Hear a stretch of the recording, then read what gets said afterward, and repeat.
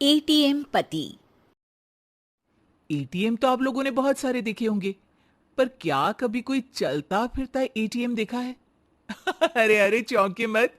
मैं बात कर रही हूं अमित दुबे की। यही तो है हमारे चलते फिरते एटीएम। दुबे परिवार ग्वालियर शहर में रहता है। घर में अमित के अलावा उसकी पत्नी सरिता और अमित के माँ बाप रहते हैं। अरे अमित बेटा, आज वो रोशनी के बेटे के पहले जन्मदिन में जाना है, तो सोच रही हूँ उसे तोहफे में 100 रुपए दे दूं। जरा देना तो। अरे माँ, 100 रुपए में क्या होगा?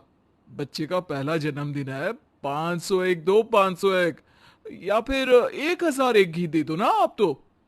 अरे नहीं नहीं बेटा, 501 ही सही रहेगा। माँ तुम टेंशन मत लिया करो, कमा रहा हूं ना मैं। भगवान की दया से हमारी दुकान काफी बढ़िया चल रही है, इसलिए तुम पैसों की टेंशन मत लिया करो। पर थोड़ी सेविंग्स भी जरूरी है ना। अरे सरिता, आज खर्चा नहीं करेंगे तो क्या मरने के बाद करेंगे? अरे किसी बात की कभी कंजूसी नहीं करनी चाहिए। कंजूसी और बचत में फर्क होता है जी। चलिए, मुझे 5,000 रुपये दीजिए, एक काम है मुझे। अरे, अभी क्या काम याद आ गया एकदम से? मुझे बता तो मैं कर दूंगा काम। तुम क्यों तकलीफ लेती हो?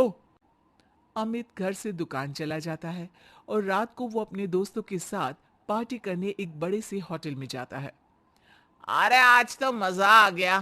क्या लाजवाब खाना था। अरे पर खर्चा भी बहुत ज्यादा हो गया। अरे भाई, तू खर्चे की टेंशन क्यों ले रहा है?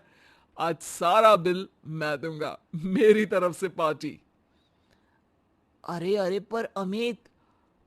वेटर, जरा बिल तो लगा देना। वेटर बिल लेकर आता है और टिप की डिमांड करता है, और अमित सबके सामने दिखावे में उसे 500 रुपये टिप दे देता है।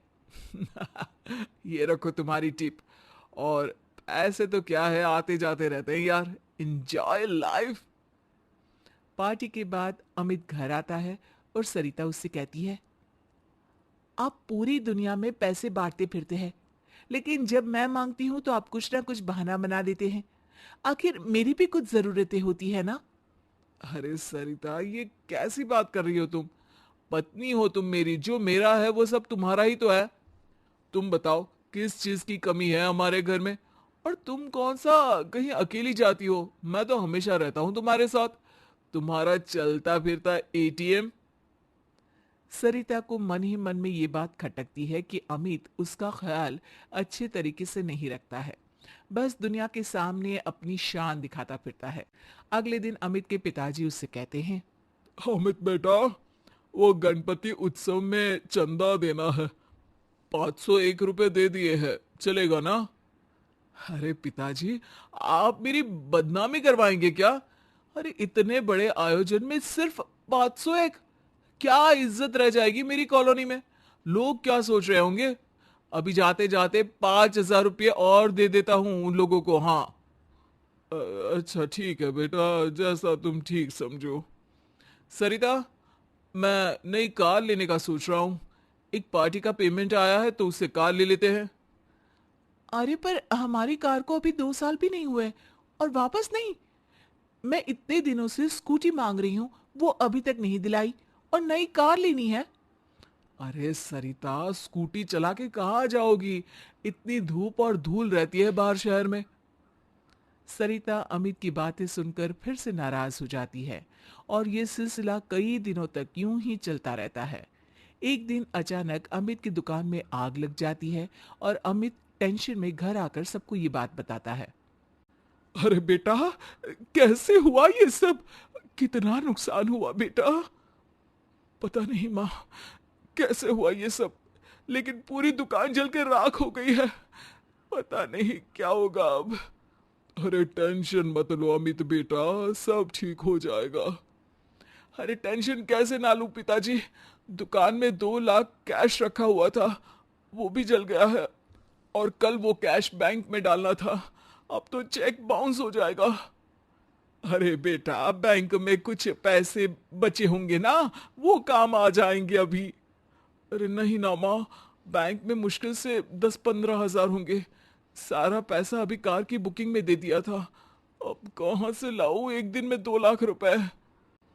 ये सुनकर सरिता अपने कमरे में चली जाती है और अपने हाथों में 2 लाख रुपए लेकर बाहर आती है।